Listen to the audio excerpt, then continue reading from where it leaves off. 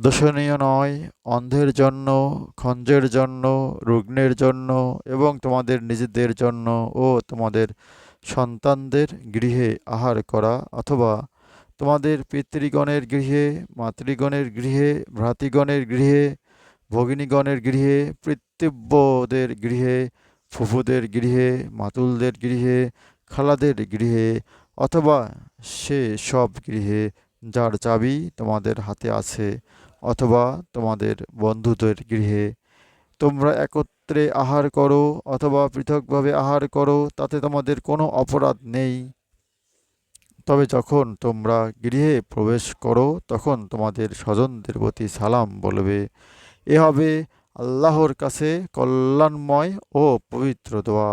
এভাবে আল্লাহ তোমাদের জন্য তার নির্দেশ স্পষ্টভাবে বিবৃত করেন, যাতে তোমরা বুঝতে পারো। সূরা নূর আয়াত ৬১।